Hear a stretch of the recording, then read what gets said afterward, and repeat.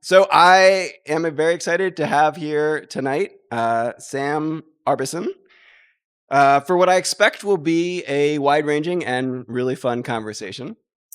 Sam's been on my radar for a few years, ever since I came across something that he compiled called the Overedge catalog, a really fascinating collection of new types of research organizations, which he kindly included RC among.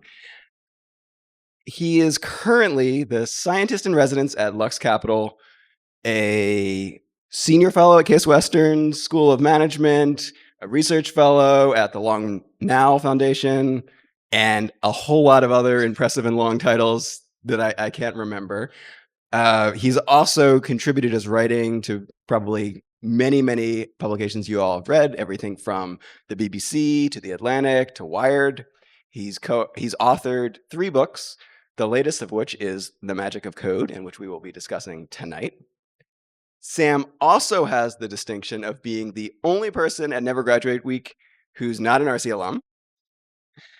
However, I think if you read his stated personal philosophy, you will agree that it is perfectly in line with RC. And it begins, "The world is combinatorically weird and fractally interesting, and therefore, omnivorous curiosity is the only proper response." So with that, please join me in welcoming Sam. Thank you very much.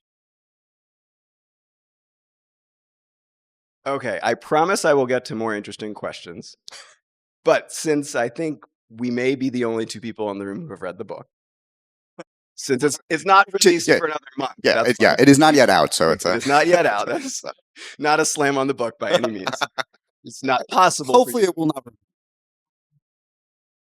What is The Magic of Code and why did you write it? Thanks. Well, first of all, thank you so much for the kind introduction, and thank you all for allowing me to be an interloper here at, at Never Graduate Week.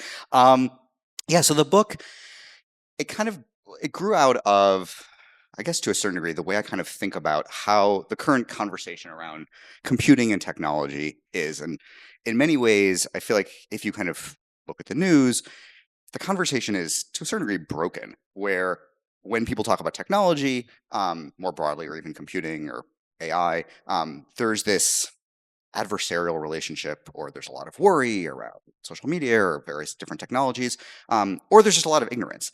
And when I think back to my own childhood growing up with computers, certainly there was a lot of concern about these technologies and how things were going, but there was also just a lot of delight and wonder. Like when I think back to like my own childhood of computing, it wasn't just worry. It was, I don't know, SimCity and the Commodore VIC-20 and early Macintosh and weird programming things and fractals and all this kind of stuff and screensavers.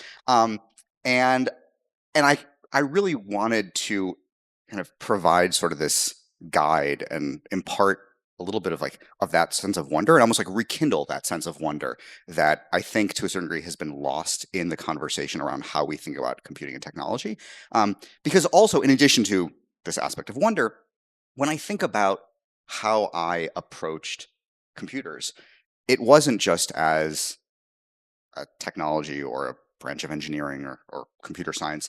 It was almost this humanistic liberal art that like when I thought about computers and computation and code, it led me to think about language and philosophy and biology and how we think and the nature of reality and all these different kinds of things. And I wanted people to realize that like code and computation, like it is this universal solvent of all the weird things that we think about in the world. And I wanted to try to at least get people as excited about it as I was. And for me, and one last thing, the way I kind of think about it is I had to, when I was younger, kind of cobble together a lot of different things that I thought about in terms of how I viewed the world of computation, and various books and various articles and things like that. And this book, not only is it sort of like a love letter to the computer, it's basically my way of like paying it forward to little Sam. Like I wish I had this book when I was younger and first encountering computers. And so if I can provide this to other young people or even older people who are just first thinking about these things in some sort of serious way, then I will have succeeded in at least a little bit. Cool. You hit on this a little bit actually with that shift you just described of feeling like it went from this sense of wonder early to less so in the current climate. One of the things that I really liked in the book early on is I might get the exact words wrong here, but you describe a kind of folk narrative that, in the beginning it was all whimsy and wonder, and then we have slowly moved to corporate drudgery and cubicles. And then you provide a different narrative after that to not necessarily contradict it, but extend to point out that in fact there have been these parallel paths basically from the dawn of computing to today that maybe are at different points one's emphasized more than the other. But could you talk more about that and kind of walk through that line of thinking? Yeah, and so I think when people first encounter some exciting aspects of code or computation, they often will say, "Oh, like things used to be better or more exciting or more playful." Like back in the day, like there was these like I don't know, like the hackers doing certain things, or there was this kind of more playful what I call like the wondering stance. And then everything kind of became corporatized, and we're kind of just stuck with I don't know corporate software and like and Microsoft Office and and the truth is, like, that's not really the story. It turns out this like wandering stance and what I call like the more utilitarian stance, they've always coexisted. So like back in the day when we had mainframes and larger machines, obviously these mainframes and larger computers, they were the domain of companies and universities and things like that. And it required large numbers of people to operate these kinds of things. And so there was this kind of more utilitarian stance. But alongside that,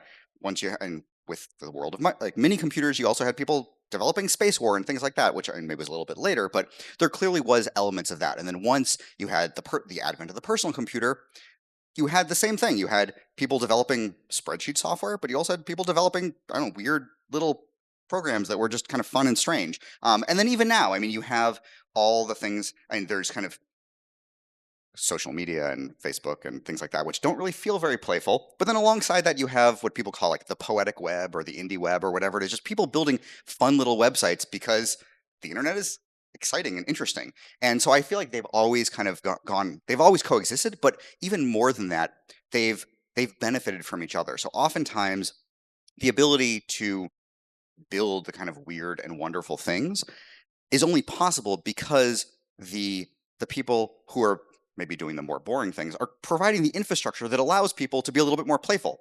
And then conversely, the playful stuff will often inspire people to get into programming and sometimes actually become software developers for more staid software, but that's still very important. And so there is this nice little virtuous cycle that I think has always existed, and we kind of forget that. And so, yeah, when I kind of try to give that history, I try to show that, right, these things have always been around, and it's just a matter of raising our awareness for both of them. And I feel like at various points in the history of computing, as well as people thinking about the history of computing, people focus on one or the other, and the truth is they're both always there.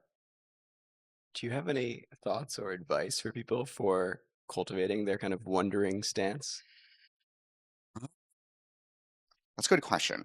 um, I mean, certainly looking like reading computing history I think is important. I think in the world of technology, and certainly kind of like the more like Silicon Valley version of tech, there's a certain amount of like historical ignorance of technology, and sometimes like proudly so, where it's like only the new thing matters, and sometimes that's fine. But more often, like understanding the history of technology is really, really good to give us a sense of like why we have the things that we have, and like understanding the certain amount of path dependence. I mean, so separate from computing, like an example would be uh, if you just kind of looked at the bicycle as given, but then actually looked at the history. There's like I don't know, the weird bicycles with like the really big wheel and the really tiny wheel. There's a good reason we probably don't have those. They seem incredibly unsafe. But there are also many other technologies where it's not entirely clear why we have just kind of abandoned those kinds of things. And so looking at old computing magazines, just realize, okay, like, I mean, a trivial example is like certain things are on neural nets. Like these have been around for a long time. Like you can, if you look at like old Mac magazines from the 80s and 90s, like you could just buy neural network software. Like they just were selling it. There were advertisements and things like that. But more often than not, there was just people just trying lots and lots of weird things. And so looking to history, I think, can be really good. Another one, and this is maybe a little bit tangential, but it reminds, and maybe certain, like just even like reading like fiction to kind of see what is possible and playful. And so the example I can think of, like in terms of science fiction. So my grandfather, he lived to the age of 99, and he was a lifelong reader of science fiction. He basically read it since like the modern dawn of the genre. I think he read Dune when it was serialized in a magazine. And so he like nothing could surprise him. And when the iPhone first came out, I went with him and my father to the Apple store, and we're looking at we're playing around with the new iPhone, and he looks at it and he goes, "This is it. This is the object I've been reading about for all these years." And like there was this clear sense of wonder, and like we've very rapidly gone from that wonder to I don't know complaining about camera resolution or battery lifetime, and like and that's fine. Like we want to make our technologies better, but being able to see that the things that we have are actually elements of like the stories we have, like the stories we tell ourselves, and actually going back to like the title, like the magic of code, like the idea that code is this embodiment of like the wishes we've had in our fantasy stories or ideas around magic of like using words to coerce the world around us. Like we have that now for real. That's code. Like that's computing. And that's kind of wild. And I think a lot of people have just kind of swept that under the rug. And it's worth just kind of pausing for a beat. And so I think looking to the stories where we have yearned for a better world and yearned for kind of interesting, exciting new potential, and realize that we can do some of these kinds of things with computing, I think is another way. And I'm sure I can think of other ones, but those are a couple. Cool. Yeah, actually, you mentioning old magazines reminded me of another part of the book that I think would resonate with a lot of folks here is you highlight that there was this magazine in the late 70s and 80s called Creative Computing. To this day, there is a weekly creative coding session at RC. Oh, that's amazing. So I think very, very in line with lots of RC Oh, stuff. crap. I don't know if there's anything fun you want to share from the magazine. Yeah, Things that jump out. to be honest, I didn't delve too deeply into the magazine, but the magazine only existed, I think, for a few years or so, maybe like 5, 10 years, which I guess in computing world is actually quite long. But it was just, I mean, it was from the time period when the way you got new software was you didn't buy it necessarily. You just got magazines, and there were programs that you typed in. Like these are called type-in programs. And yeah, and just the fact that they had to encapsulate not only weird and playful things in code, but also like in the span of a couple pages of a magazine meant that they had to be very clever and very exciting. And also there was a sense of, yeah, just kind of learning how this thing worked through the very act of typing these things in. And so, yeah, I don't know if we had growing up, I don't know if we had that magazine, but I know, so my family's first computer was the Commodore VIC-20. And I was really little when my father got it, but I have this very clear these clear memories of sitting with my father while he was entering code in from magazines or books or wherever he found them, and seeing the clear relationship between the text that he was entering and then what happened on the screen. More often than not, it was like a whole series of bugs and weird things, but that was a very clear relationship, and I just love that there were magazines devoted to the whole, like the burgeoning field of creative coding, which has existed to this day, which is amazing. In the 5 minutes before you arrived, I desperately tried to get that one-liner basic from your book Oh yeah. to try to work on the Apple IIe, but it was not working. Oh, I'm sorry to hear There that. must be some subtle difference in terms of the version of basic that I was Yeah. expecting. Maybe I'll get it working tomorrow. It's never graduate week. Yeah, you typing in your own programs and writing your own software hit on another thread that I really liked from the book. You wrote a little bit about Robin Sloan's idea of an app can be a home cooked meal. And actually, another fun RC connection is just about 2 weeks ago, an RC alum wrote a blog post about houseplant programming, which is a term coined by another alum. The idea that like your programs can just be a house plant. It can be just made for an audience of one, something that makes your home a little bit nicer and that you like having and that you can kind of nurture in your own home. Can you talk a little bit about the idea of an app as a home cooked meal and writing software for yourself? Yeah, and this is an idea that I love, and I think we need more of it. And I think to a certain degree, some of the AI stuff is allowing a little of that to become more possible. But this idea is that, I mean, when people think about software, oftentimes kind of outside of this room at least, it's viewed as like, oh, like I'm going to build an app or build some piece of software, but in order to do that, I need huge amounts of venture funding, and then I have to scale to some inordinate size. And there is a time and place for that kind of thing, and those kinds of things are very important. But there's a lot of software that doesn't necessarily need to be for everyone, or or even for a very large population. It can be for you, or for your loved ones, or for just a very small group of people. And this is kind of the idea of sort of like the whole like democratization of programming, the idea that people should be able to build software for themselves and create things as they need them. And I think due to certain hurdles in programming, most people who might otherwise build software for themselves, they might have some like fleeting fancy of like, oh, it would be really cool to build this kind of thing. But then they have to immediately dismiss it because they can't actually build it themselves. And I want that part of the brain that has sort of been shut down where like I want it to be turned on for everyone where they can kind of go about their day and say, oh, I want to build this weird little thing. And to be clear, I mean, I am not a professional programmer. I've been programming for many, many years, but I am very much an amateur. But I'm like good enough to build weird little things for myself and really for no one else because it would immediately break. But as a result, like a number of years ago when my daughter was really little and she was first learning how to read, I tell the story in the book where she was supposed to learn like these sight words where it's kind of just words that you just have to basically memorize like how they and and I made some little program that just kind of flashed the words on the screen, and she pressed the space bar and then kind of went to the next one, and I remember she thought this was like magical and amazing, and I'm like, this is like brain dead easy. But it's for people who do not know how to program, it really does seem unbelievable. And I want there to be so much more of that. Like I want there to be these home cooked meals for everyone that I like software really should be like this possibility should be available. And I discussed this in the book, but and other people have talked about this, but like really the only software that has come close to this historically, in terms of being able to allow non-programmers to build their own software to a certain degree, that has actually infiltrated a large population, are probably spreadsheets. People don't actually think of it, but like Microsoft Excel and its ilk, like if you kind of use them for anything beyond just like entering data, you have programmed to a certain degree, and people use these things in very, very powerful ways, in ways that I cannot fully understand. But it's amazing, and I want there to be more of that. And I talk about like some of the other kinds of software throughout history that have kind of done similar kinds of things, like so like HyperCard that was popular in like the late 80s or early 90s, and that was actually my on ramp into programming, where you're kind of for those who are not familiar with it, the basic idea behind a HyperCard is you build this like stack of cards, which it's sort of like building like a bespoke web page just for your own computer. And it actually has a lot of things similar to the web, but they didn't quite get there. But you could just draw things and enter text, but under the hood you could also do a little bit of programming and like make a button that when you click on it, it beeps or does make some weird noise. And then from there they had this weird language called HyperTalk, which allow you to make more.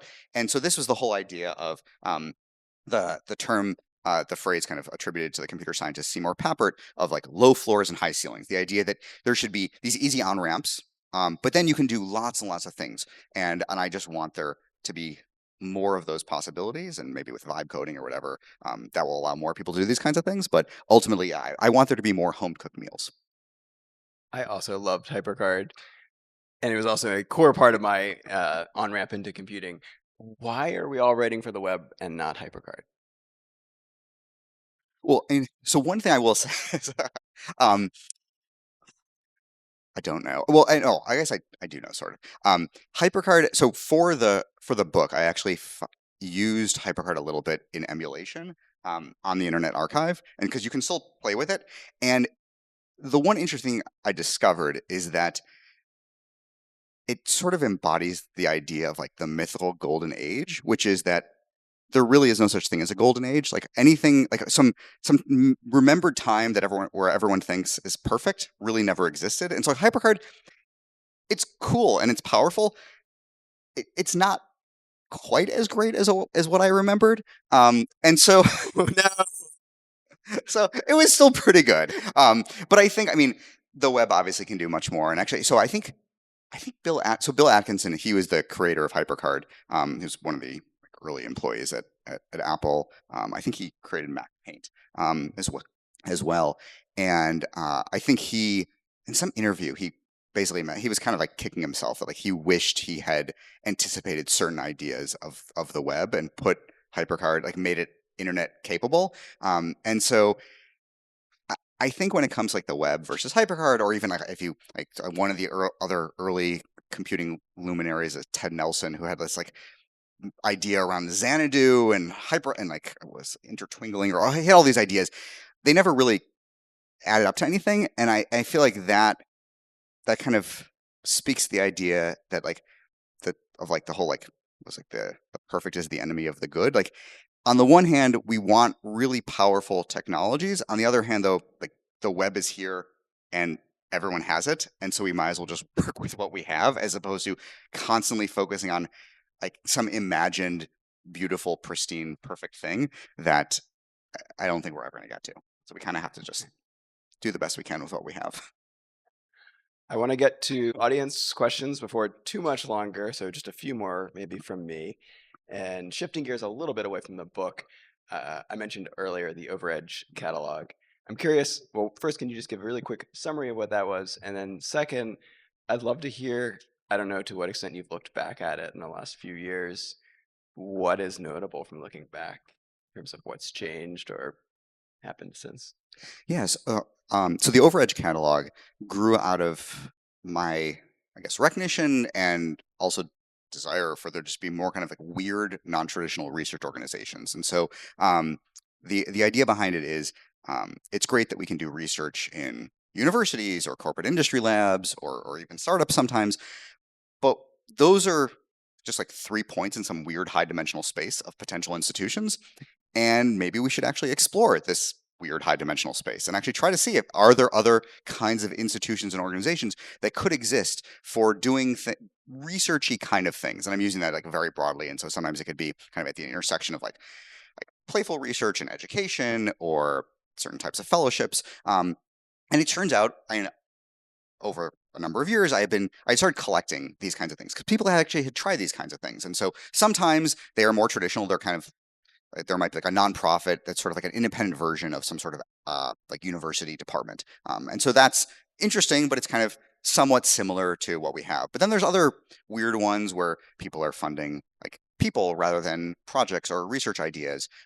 There's kind of more distributed ones. There's ones that are focused on certain types of ideas. And so, and these things, they can be in biological research, they can be in the social sciences, they can be in, there are a number in computing. And so I wanted to just kind of collect all of these, but also make people who are playing in this space realize that they're not alone. Because when you build something weird and new, it can feel like you're kind of just like setting off in this like very, very isolating quest. But there are other people also doing the same kind of weird, isolating quests, and you should at least be able to compare notes. And it turned out a lot of the people building these organizations were at least familiar with a subset of these, probably not all of them. And so that was kind of my goal, was to create this list, which has been growing. I think I first started publishing it publicly sometime during the beginning of the pandemic. I can't remember exactly when. But it's been around for several years, and then it's been growing. The nice thing is also then people have started telling me about more organizations, but also people have reached out to me about how to build new organizations. So people who are kind of in the nascent stages. So in terms of like what I've been doing with it since then, people might say, okay, I want to start one. What should I do? And the truth is, I don't have a good answer. I kind of don't really know what is the best. Like, are there other good new forms of these institutions? But so I kind of view it in like a sort of like an evolutionary way. Where I want there to be, like, it's kind of like there's a Cambrian explosion of institutional forms. A lot of them will go extinct, which is unfortunate, but hopefully through the kind of relentless process of natural selection, there will be a few that survive, and we will kind of slowly learn what are the new kinds of things. In terms of like what has happened since I first began doing this, so several years ago, there was actually a burst of these new types of institutions, and it was really exciting. And then it kind of stopped, which was good because the excitement was then had to be replaced with the like hard work of actually building the institution and making sure the thing survived, and actually did research. And so I've been following some of them, but yeah, I'm just continuing to watch how these things unfold. I do think there's a lot more work to be done there, where I think people need to almost create like oral histories for some of these institutions, either ones that are defunct or ones that are currently ongoing, because they're constantly shifting as well. And that kind of information would be really useful for future institutional creation generations, where they can kind of understand, okay, what people did, what did not work, and what we can learn from that. So I'm going to press you on that. I know you said you don't have any good ideas, Yes. but about a decade I have ago, a few. we tried to start our own research lab Yeah. and did not succeed. So yeah, how would you do it? Wow. So I guess and it comes down to like, what are you hoping to get out of it? I think so. There are some organizations that have actually been really, really well funded, and they're going to survive. The question then becomes whether or not the amount of funding they have and the amount of money they have almost allows them to avoid certain questions around, I don't know, whatever the equivalent in the research world is of product market fit. So like they can just kind of We've do a never lot. had this problem. Yeah. So that is one extreme. The other ones though is just, yeah, trying to figure out what is the ideal size? How do you kind of make it sustainable? I mean, one of the other, and going back to like the funding issues, one of the larger questions is, right, if you do not have more money than God, how do you get that money? And right now, there are a lot of people who are, when I say people, I mean like high net worth individuals who have a lot of money who are willing to at least entertain these ideas. There are a number of these folks who are willing to give certain amounts of money to these organizations, but not necessarily enough to really like run the experiment of like whether or not these institutions will kind of do their thing. And so, in terms of the kind of advice I would have, so one institution that I found very interesting, because they tried to answer this kind of question while also creating some sort of space for weird research was, so it doesn't exist anymore, but it got acquired. So I wouldn't necessarily call it. I wouldn't. I would view it as a success. It was called Fast Forward Labs. It existed here. It was in New York for a number of years. It was basically this like independent machine learning research company. Is that And Hillary yeah, Mason's? yeah, it was Hillary's company. And so one of the interesting things behind it was she realized, and so it was a for-profit company, entirely bootstrapped. It never received any sort of venture funding, which can kind of warp how you kind of build an R&D company. What you realize though is large tech companies, they have in their budget, especially at like the C-suite level, space in the budget for purchasing like quarterly reports from like McKinsey and other kind of consulting firms. And she realized that was going to be their product. They were going to just do weird research and experiment and like learn about the world of machine learning. And then in the course of doing that, create these quarterly reports around what are the cutting edge ideas in this field.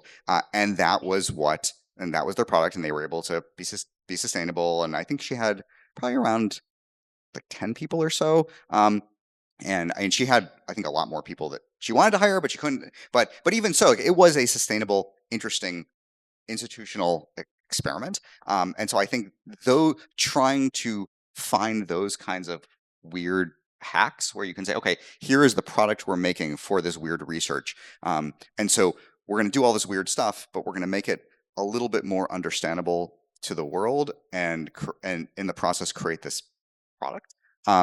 That feels like one interesting avenue. So I wouldn't necessarily say that's the only one. I think there's other, I don't know, like local optima in this weird high dimensional space that I mentioned before. But that was one that just kind of I found particularly interesting. Thank you. I think that is a good place for us to transition to questions from some of you all. So let's see here. What's the best way to handle this for folks who want to ask questions? Yeah, that sounds great. So just raise your hand. I'll call on you and then shout out your question and I'll repeat. So yeah, questions from you all. And I also have lots more questions. I can just keep going, but Ian. So if we're staying with the web, going back to that, how long are we stuck with current web frameworks and systems? Because that technology is old and still getting, but there are new things, new efficiencies. Do we just keep iterating forever? When do we? Question was, how long are we stuck building for the web? I don't know. So I mentioned kind of like when I was talking earlier about institutions using kind of like evolutionary analogies. So I'm actually trained as an evolutionary biologist, and my PhD is in computational biology. So I like using evolutionary analogies a lot, probably more often than I should. But when I think about when you're talking about the web and things like that, I think a lot about legacy code and legacy systems, and also just the way in which, I mean, certainly these systems are designed, but they're also very, very organic. And so, in the same way that when you look at, I don't know, the human genome, we are just full of things that don't make any sense. I therefore feel a certain amount of hesitation or humility around whether or not we would be able to kind of get out and like reboot and start again versus just realizing, yeah, we kind of have to just build on whatever we have, and like whether or not we're stuck with these like weird old crawling horrors of like that are kind of like Lovecraftian and very old. Like maybe that's maybe that's the best we can do. I don't know. I want us to be better than that, but I also think that that might be what we can do. And so there's this idea in and it is a discredited idea within evolutionary biology called ontogeny recapitulates phylogeny, which is a mouthful, but it basically means that the like the embryonic development of an organism parallels its evolutionary history. So the idea is like, oh, like we were once like our ancestors were aquatic, and so therefore at some point when we're embryos we have gills. And it turns out this breaks down in many, many different ways, but it turns out like there is a lot of just like cruft and weirdness and like things that don't necessarily make sense in biology, and just kind of like the legacy code of biology. And so we used to live in Kansas City, and in our backyard there was like a couple trees that had these massive spikes on them, and I did some digging into it, and it turns out the reason the spikes are there was to protect these trees against their fruit or the seed-bearing pods or whatever against the megafauna of North America, like I don't know, the giant sloth or whatever. And these things, they've been extinct for like tens of thousands of years, and the trees just kind of haven't gotten the message, and that's fine. And I wonder if, to a certain degree, this is the kind of situation we're stuck with. I mean, I don't. I was told a Surely story. with one more level of abstraction, we can. Yeah, I mean, so that's the other thing. Like related to like the abstraction stuff, I also wonder like if maybe we kind of just like build layers of abstraction and for the most part forget where we kind of came from, which I mean is really horrifying sometimes, but maybe the best we can do. So I think I was told a story by someone who used to be a programmer at Los Alamos National Labs, and so they make these like massive like nuclear simulations, and he said he would not uncommonly come across code that was just kind of like comments around it saying like, do not touch this, we don't know what it does, and like that's so that's what I don't know. I'm not really sure much more to add. That's kind of what we're pushing up against. I definitely want people to try to reboot things and reinvent things, but I'm also okay with realizing that maybe like humble tinkering and doing the best we can with what we have might be what we're stuck with. I think Claire had a question.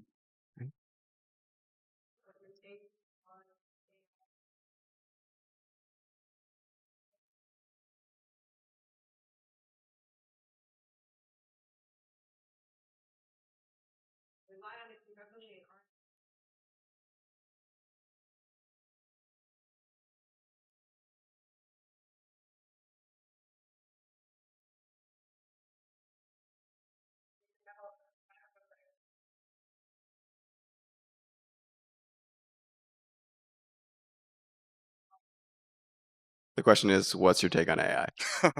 So I think it was just AI in relationship to coding. I can do the whole AI rant another time. But no, in terms of like AI and like how to think about coding and kind of the magic and wonder, certainly it democratizes some aspects of building software, and I think that's a really good thing.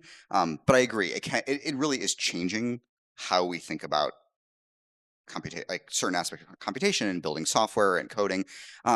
And I'm not sure that's entirely a bad thing, and it's also to a certain degree how it's always been. I mean, when I think about how I learned how to program, I did not learn through like with assembly or programming in binary, and and I read about I don't know what Steve Wozniak did, and writing an entire basic compiler or interpreter by hand and on paper, and I'm that's just mind-bogglingly amazing. And I can never do that, nor do I really want to.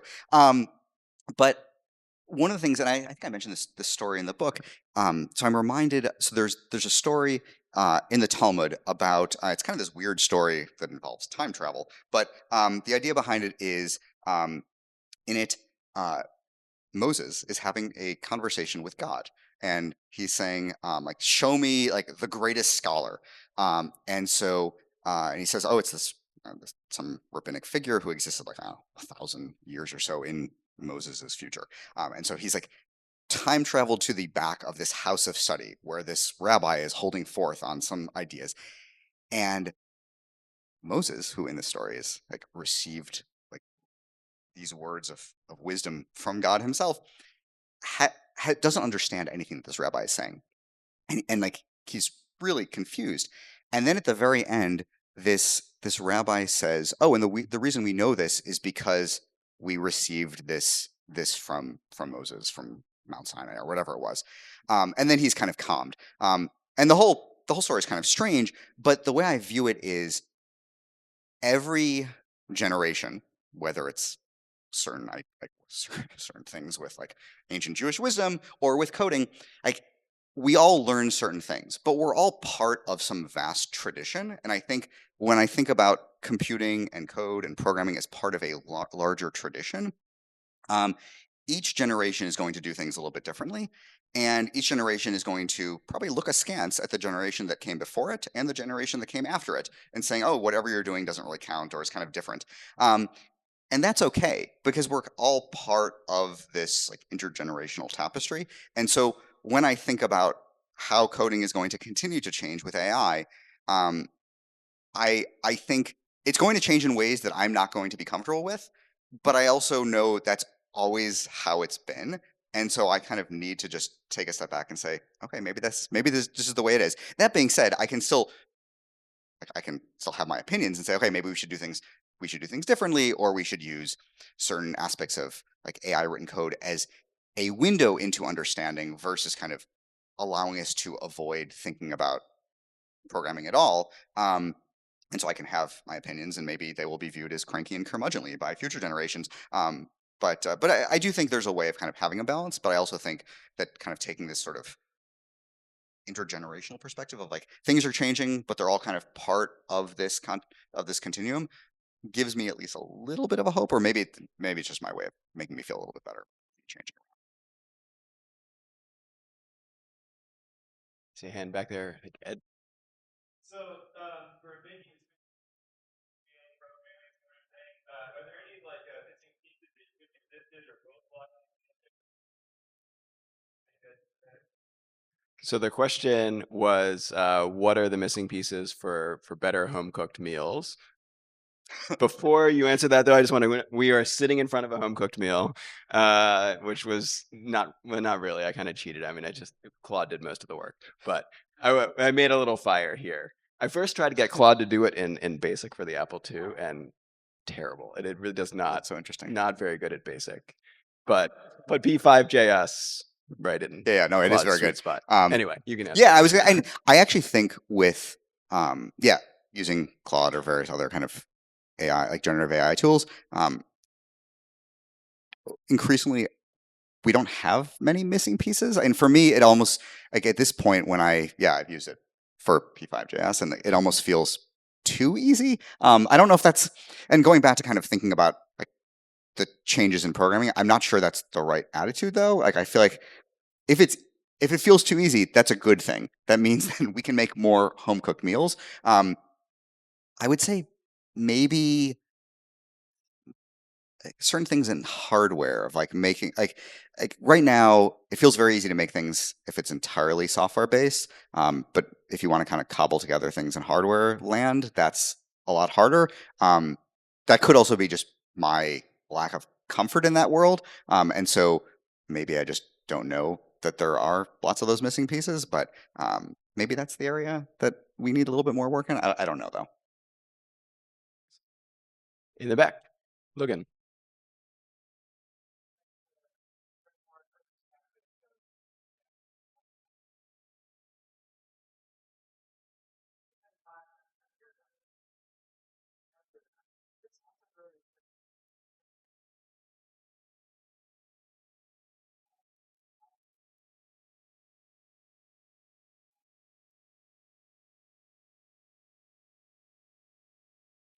How do you balance being critical with your stance of one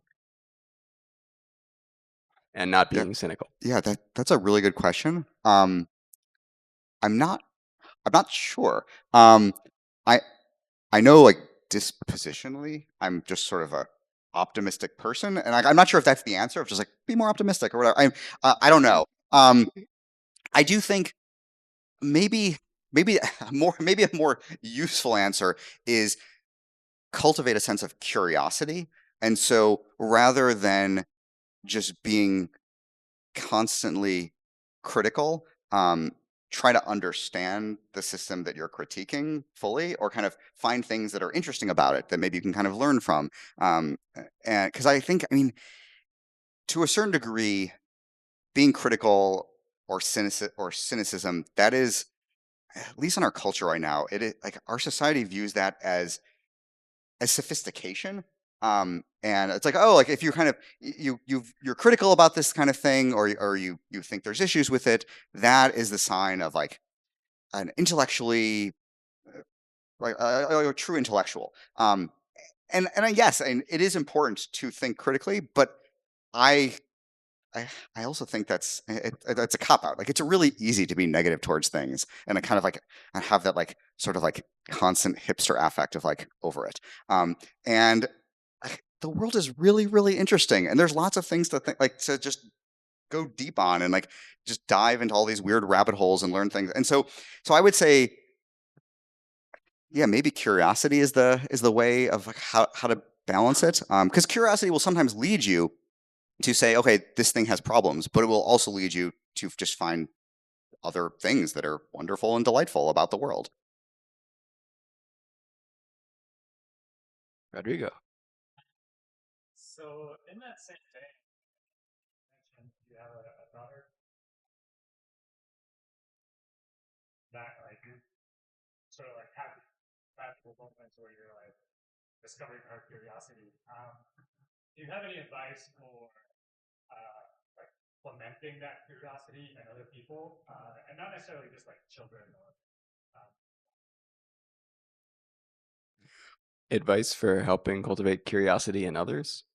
So, um, so certainly when it comes to kids, and I would say when and kids are very very interested in just asking lots of questions, and it's easy to, I mean, at like below a certain age, you like it is very easy for an adult to be this like omniscient person. Like you basically know enough about everything that you can answer any question for like a little kid.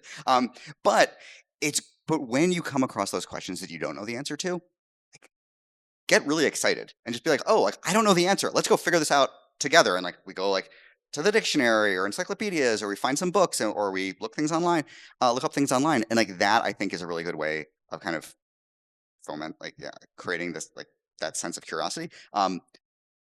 More broadly, I've actually, so this is very much still a work in progress, but so there's oh it's so I think it's at Brian Eno. He has this deck of cards called Oblique Strategies, if I'm remembering correctly, where it's just a series of questions that kind of help you kind of sort of get out of your own head, and like these like little phrases that kind of make you think about the world differently.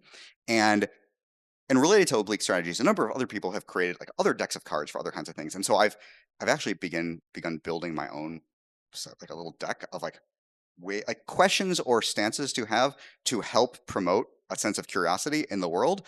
Um, and it's still very much a work in progress, but I think we need more of that. Like so an example of like one of the things is just like trying to understand like learning the words of like the terms and like the names of things. So like for example, like in the world of architecture, like every little thing that we see in the world like has a name to it, and I don't know almost any of them.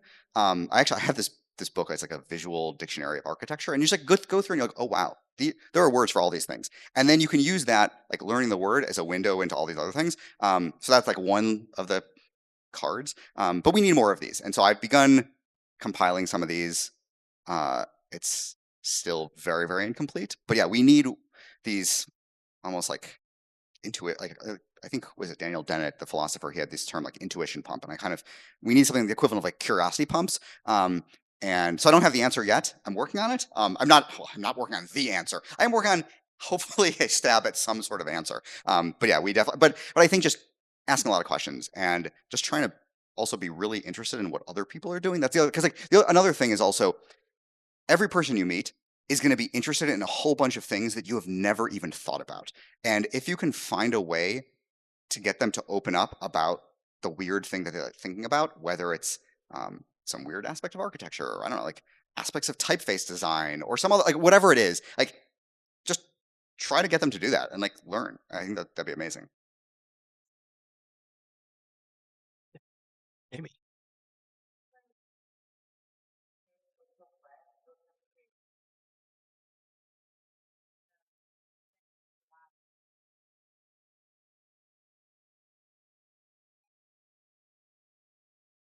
The question is, given your background in both writing code and books, what are the differences, if any, you see in terms of the automation from AI for those two practices? Uh, I don't. I would say. I mean, that's a good question. Let me think about this for a moment. I. I mean, so I discuss in the book a little bit about the similarities and differences, and so I'll get to the AI point, but I'll take it kind of a weird circuitous route, which will also give me time to think about the answer. Um, so I think so I talk about a lot about language and like the difference between like natural human language and machine language, like programming languages, and there are and there are there are obviously many differences. There are some certain similarities, and like we talk about like the style of code and things like that. But ultimately, programs, they need to like operate in a very kind of more rigid way than human readable text. I mean, obviously, and code is ultimately for people. I think that's one of the lines from from structure and interpretation of computer programs. That like like incidentally, it's meant to be read by a machine, but like, it is meant for humans to understand. Like that's the reason. Like, it's meant to be human readable. And so there is definitely that aspect, but it's not nearly as like you can't. It's somewhere. I think I talk about that. I think the example I use in the book is like it's somewhere between like I don't know, like a poem and a shopping list. Like it's like it's very ordered, but it also can have certain literary flavor, and like there's certainly a certain amount of personality you can put into code. Um, Now, in terms of the AI aspect, if you are ultimately interested in kind of what the code does, then you don't necessarily have to be thinking about the other aspects. But so one of the other things though is, at least when I program, I have an idea of like what I want a program to do, and then there's all like the plumbing that I have to deal with to get it to do that. Like I don't know, connect like reading to the screen or doing some specific thing, and then that stuff I often forget, and then I have to just look up. With writing, less so. I don't often like I don't forget like I don't know how to like English syntax. I don't know. So it's not so I would say AI with writing, I guess it can be useful for I didn't really use it, and I don't really use it in my writing. And it could also be that I the uh, like the craft of kind of slowly but surely writing, and I guess and like doing it in a very very manual sort of way. Um, to be honest, I like that even with programming too, and so I don't really use AI that much. And so maybe it comes down to just a matter of taste of like what the goal is with your writing task. So that was a very very long way of saying I'm not sure. But I think yeah, ultimately kind of comes to what is the goal?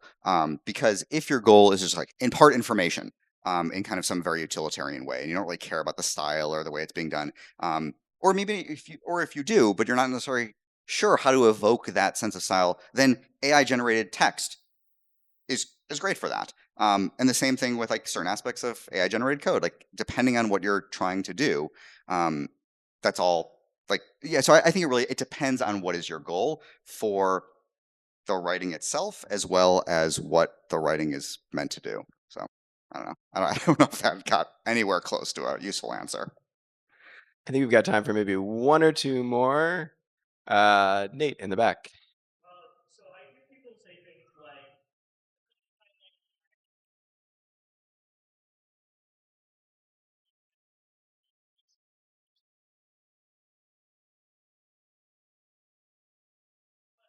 that is economic context. I don't know how I'm going to summarize that. How does economic context change our relationship with technology? I don't know. So, so I think that goes back a little bit to like the wondering stance versus the utilitarian stance of like there's kind of these two, and I'm not really sure. I kind of creating this dichotomy is probably overly simplistic, but there's the stuff that is built to kind of get things done, or software that is being built to kind of being sold to people or companies versus kind of just the other weird stuff. And and so I think, I mean, going back to like what I was saying before, like they've always kind of coexisted, and kind of there's been some weird interplay between all of them throughout computing history, and and so as a result, certainly economic um, considerations have entered in to a lot of these kinds of things. And so, I mean, so earlier before we started it, we were looking at all of these old computers, and they're amazing and they're wonderful, and many of them are beautiful, and some of them are just kind of strange. But and they were all sold. Like none of these are just one-offs. Like they were actually built for like as a product. And so I think like having some of those economic constraints is not a bad thing. I think it's just more it's a matter of just kind of making sure all the incentives are aligned. And so when I think about technology more broadly, or even just like certain economic considerations, and I say this by the way, and so so Nick mentioned, and so my main role is I'm scientist in residence at Lux Capital, and so Lux is a venture capital firm, and so I'm not I recognize the role for venture capital in the world, but at the same time, I actually spend I would say, well, depending on kind of the time period, like a non-trivial amount of my time convincing people to not take venture capital money unless they are really, really certain that it is the right thing. Because anytime you get certain types of investment, it comes with all of these constraints and considerations of like, okay, you have to scale in a certain way, and you're basically strapping yourself to this weird money-shaped rocket ship. And if that's what you want to do, that's great. But there are also so many other things and so many other ways to build software and build technologies and build hardware. And I think it comes down to making sure that what you want to do is aligned with the way, like the manner in which you're doing it. And so whether it's like finding the right type of research organizational structure that you want, or finding the right type of corporate structure, or being able to just do things as like hobbyist projects, and recognize very, very clearly that like that I should never actually try to monetize this kind of thing, because when I do, it'll be really horrible in some on some dimension. And so I think it's just a matter of like being upfront about all those kind of considerations, and realizing that like everything you do comes with certain incentives, and just and so you have to just be deliberate. All right, we can do maybe one more from the audience if it's a quick one. Just all right, Rodrigo again. But yeah, last question. Hopefully it's a quick one. What is your like current favorite, most recent like home cooked meal that you? Um, you mean one I've created myself, or one I've like found? Yeah, and so I recently I was actually going back to like the P5JS. I was playing with that. I feel like that's a fun kind of place to do weird things, and so I use that to make some very simple little game, which I'm not going to be able to explain well, but it's just, I don't know, involves like a bunch of clicking, and not it's not very. And actually, once I designed it, it was not very fun. But the fact that I was able to do it using AI made me able to get to that moment and realize that I should probably not continue playing with it that much faster. And so the fact that I was able to create that, play it, show it to my kids, they kind of, I think, sort of be interested in, I don't know, or be frustrated by it. That was fun. So I would not say it's my it was not a good it was a good outcome in the sense that I could then quickly move on to other things that I wanted to think about. So yeah, I would, but yeah, certainly I do a lot of like P5JS, or I guess I'm not doing anything with it right now, but I like kind of playing in that sort of ecosystem and world. And so yeah, it's a lot of fun. Okay. So I think after we wrap up, you're going to be able to hang out for a little bit, so folks can hang out and continue chatting in small groups. But to close us out, since you're, given your omnivorous curiosity, I'm curious, what will you learn next? Ooh, I don't know. It's a good question.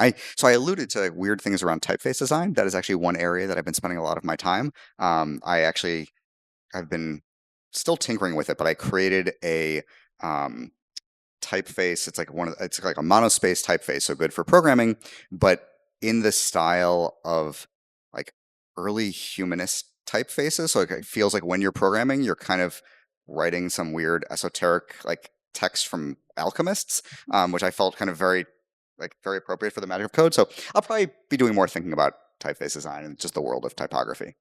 Wonderful. Well, thank you again, Sam. This has been fantastic. Thank you so Really much. enjoyed This our was great. conversation.